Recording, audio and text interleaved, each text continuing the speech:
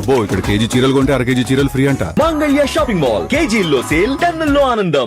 ఏదైతే కిర్లంపూడి గ్రామం ఉందో కిర్లంపూడి గ్రామంలో ఇదంతా కూడా రద్దీగా ఉండే ప్రాంతం అనే చెప్పుకోవచ్చు. ఎప్పుడు కూడా ఇక్కడ ప్రజలు నిత్యం వెళ్ళి అంటే చుట్టుపక్కల గ్రామాల 10 గ్రామాల నుంచి వచ్చే వ్యక్తులు ఇది సెంటర్గా అని చెప్పుకోవచ్చు. ఈ సెంటర్ ఈరోజు మోగపోయిందనే చెప్పుకోవచ్చు. ఎందుకంటే ప్రత్యేకించి ముద్రగడ పద్మనాభం చనిపోయినటువంటి వార్త విన్నటువంటి ఇక్కడ దుకాణదారులు అందరూ కూడా ఒక్కసారిగా షాపులన్నీ బంద్ చేయడం జరిగింది. అయితే కొంతమంది దుకాణదారులు కూడా మనతో ఉన్నారు. ఒకసారి వాళ్ళతో మాట్లాడే ప్రయత్నం చేద్దాం.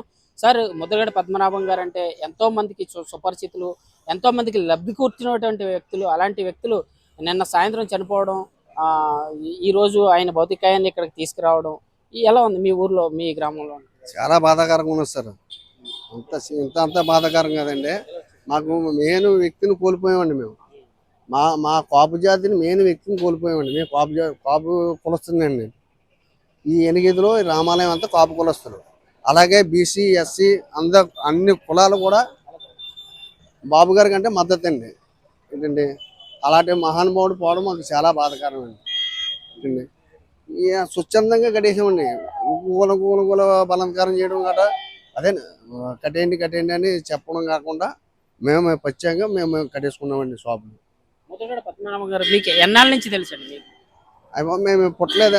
ఆయన రాజకీయంలో వచ్చినప్పుడు అయితే మేము పుట్టలేదండి. ఆయన జనతా పార్టీలో ప్రత్యేకంగా ఆయన సింగిల్గా పోటీ చేసి నెగ్గిన ఆయన అండి. తర్వాత వచ్చండి వాళ్ళ తాతయ్య గారు, వాళ్ళ నాన్నగారు మామూలు రాజకీయం కదండి, చాలా పెద్ద రాజకీయం అండి.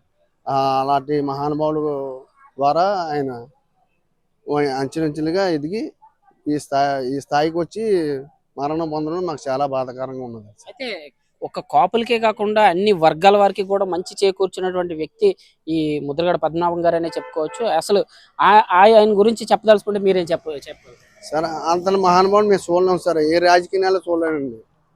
అలాంటి మహానుభావుని ఏ రాజకీయంలో చూడలేమండి. నేను ఏంటంటే జనాలు ఏంటంటే డబ్బుల గురించి రాజకీయం చేస్తారు, కానీ ఆయన డబ్బుల గురించి రాజకీయం చేయలేదు సార్. ప్రజలు మన్ను పొందాలని, ప్రజలకు ఏదో మేలు చెయ్యాలని రాజకీయం చేశారు సార్. అంతేగాని ఆయన రాజకీయంలో కోట్లు సంపాదించేద్దామని, సంపాదించేద్దామని ఏం లేదండి. మీ వ్యాపారం ఏంటి? మాది వ్యాపారం fruit shop sir. Fruit shop అని చేసాను. లోపల ఎంతో సరుకున్నది సార్. అయితే ఇంకొక ఆయన కూడా, అంటే ఆయనతో అనుభవం ఉన్నటువంటి వ్యక్తులు, ఆయన మా గ్రామానికి కూడా అన్ని విధాల మంచి చేసినటువంటి వ్యక్తి. ఆయన ఈ రోజు మా మధ్య లేకపోవడం మాకు చాలా బాధాకరంగా ఉందని కూడా ఇంకొక దుకాణదారుడు అయితే మనతో ఉన్నారు. ఆయనతో కూడా మాట్లాడదాం. సార్, మీతో ఉన్న ఆయనతో ఉన్న మీ అనుభవం ఎలాంటిది? మా ఊరేనండి పద్మనాభం గారి గురించి. పద్మనాభం గారి గురించి అయితే చెప్పక్కర్లేదండి. అన్ని ఉందరవాడ మంచోడండి, రాజకీయవేత్తగా ఎదిగాడండి. మామూలుగా మేము అందరం బంద్ చేసేసి ఇలా ఆయన గురించి దుకాణాలన్నీ బంద్ చేసాం సార్. మీరే వ్యాపారం చేస్తారు? మేము పల్లె వ్యాపారం సార్. అందరు బొబ్బసకాయ, పుచ్చకాయ అన్నీ చేసుకుంటాం సార్. ఆయన గురించి మొత్తం అంతా బంద్ చేసండి, మొత్తం ఊరంతా బంద్ చేసండి. మామూలుగా ఆయన దగ్గరికి సంగం బాబు నుంచి వెళ్ళాం సార్. అంటే ఆయన ఎంతో మందికి స్ఫూర్తిదాయకం. ఎన్నో కాపు ఉద్యమాలే కాకుండా ఎంతో మందికి మంచి చేకూర్చినటువంటి వ్యక్తి. అలాంటి వ్యక్తి చనిపోవడం మీకు ఎలా అనిపిస్తుంది? అలాంటి చనిపోవడం వల్ల బాధాకరంగా ఉంది సార్. బాధాకరంగా ఉందండి. మామూలుగా ఏది చేసినా మంచి పనే చేసేవాడు సార్. మాకు అందరికీ మేలే చేసాడు సార్. పేదల గురించి బాధపడి పేదల గురించి చేసి ఏదైనా అలా చేసేవాడు సార్. అసలు ఏంటి ఈ ప్రాంతం, ఏదైతే కిర్లంపూడి ప్రాంతం ఎప్పుడూ రద్దీగా ఉండే ప్రాంతం ఒక్కసారిగా మోగబోయిందనే చెప్పుకోవచ్చు. దీనికి సంబంధించి షాపుల వాళ్ళు అందరూ కూడా ఒకేసారి షాపులు స్వచ్ఛందంగా మూసారని చెప్తున్నారు. మీరేం చెప్తారు? ఇక్కడంటే ఈ ఏరియా అంతా ఆయన వర్గమేనండి. ఎక్కువ మొత్తం షాపులు కూడా ఆయనకే సంబంధించి ఎక్కువ ఉంటాయండి. ఆ వర్గం ఎక్కువ ఉంటుంది. అంటే ఆయన హాస్పిటల్కి వెళ్ళే ముందంటే నార్మల్గా ట్రీట్మెంట్ చేయించుకుని వచ్చేస్తారు అన్న ఇదిలోనే అందరూ ఉన్నారండి. ఆయనకి ఇలా సీరియస్గా ఉందని గట్టనే ఇప్పటి వరకు ఎవరు అనుకోలేదు. సడన్గా నిన్న ఈ న్యూస్ అయితే ఎప్పుడు జరిగిందో అందరికీ చాలా బాధ కలిగింది. తెలిసిన వెంటనే ప్రతి షాపు, కిర్లంపూడి గ్రామంలో ప్రతి షాపు కట్టేసి స్వచ్ఛందంగా ఆయన ఇంటికి వెళ్ళి ఆయనకి నిరసన సంఘీభావం తెలిపి అందరూ అక్కడే ఉన్నారండి. రాత్రి పగల కూడా అక్కడే ఉన్నారు. అయితే ఇంతకు ముందు కూడా హాస్పిటల్లో జాయిన్ అవ్వడం, మళ్ళీ తిరిగి రావడం కూడా జరిగింది. ఈసారి కూడా తిరిగి వస్తారని ఆశించారు. కాకపోతే ఒక్కసారిగా మరణ వార్త వినేసరికి మీకు ఎలా అనిపించింది? అది చెప్తున్నా కదా, చాలా బాధ కలిగిందండి. ఆయన కూడా చాలా ధైర్యంగా వీరికి ఈ నీరసం ఉందని ఆయన తెలుసు, కానీ ట్రీట్మెంట్ చేయించుకుంటాను, మళ్ళీ యథావిధిగా అలాగే జరుగుతుంది, మళ్ళీ రాజకీయాల్లో ఇలా పాల్గొంటాను, అందరికీ అదే చెప్పేవారు అండి. ఆ ఇంటికి వెళ్ళిన అందరికీ ధైర్యంగా అదే చెప్పేవారు. ఆయన ఎప్పుడు బాగా ఈ నీరసం గురించి ఎప్పుడు ఆయన ఫీల్ అవ్వలేదండి. నాకు నయం అవుద్ది, మళ్ళీ మామూలుగా తిరుగుతారని అందరూ కూడా అదే అనుకున్నారు, అదే ధ్యాసలో అందరూ ఉన్నారండి.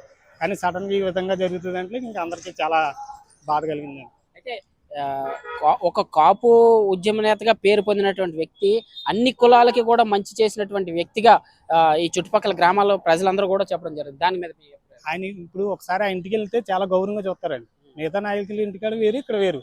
మనం ఏదైనా టీ ఇచ్చినా టిఫిన్ ఇచ్చినా ఆయన చేతులతో మీద పెడతారండి. ఆయనే అభిమానంగా చూస్తారు. మిగతా దిక్కున మనకు ఆ విధంగా ఉండదండి. ఆయన అంటే ప్రతి ఒక్కరికి అదే గౌరవం అండి, అదే అభిమానం అనమాట అండి. సొంత మనుషులు చూసుకుంటారండి. అయితే మా గ్రామమే కాదు, ఈ చుట్టుపక్కల గ్రామాలన్నీ కూడా ఆయనకి ఆరాధ్య దైవంగానే భావిస్తారని కూడా ఈ చుట్టుపక్కల గ్రామ ప్రజలందరూ కూడా చెప్పడం జరుగుతుంది. ఈ రోజు స్వచ్ఛందంగా మేమైతే ఈ షాపులన్నీ కూడా స్వచ్ఛందంగానే బంద్ చేయడం జరిగింది. ఆయన మీద ఉన్న అభిమానంతో మేమంతా కూడా బంద్ చేయడం జరిగింది. ఏదైతే ఈ సెంటర్ ఉందో, ఈ సెంటర్ అంతా కూడా ఇప్పుడు కూడా ఖాళీ లేనటువంటి పరిస్థితి. ఈ సెంటర్ ఇక్కడి నుంచి 10 గ్రామాలకు వెళ్ళే దారి ఇది మధ్యలో ఉంటది కాబట్టి ఈ సెంటర్ ఒక్కసారిగా మోగబోయిందనే ఇక్కడ ఎవరైతే దుకాణదారులు ఉన్నారో వాళ్ళందరూ కూడా కన్నీరు మున్నీరుగా వెలిపిస్తున్నటువంటి పరిస్థితి అయితే నెలకొంది.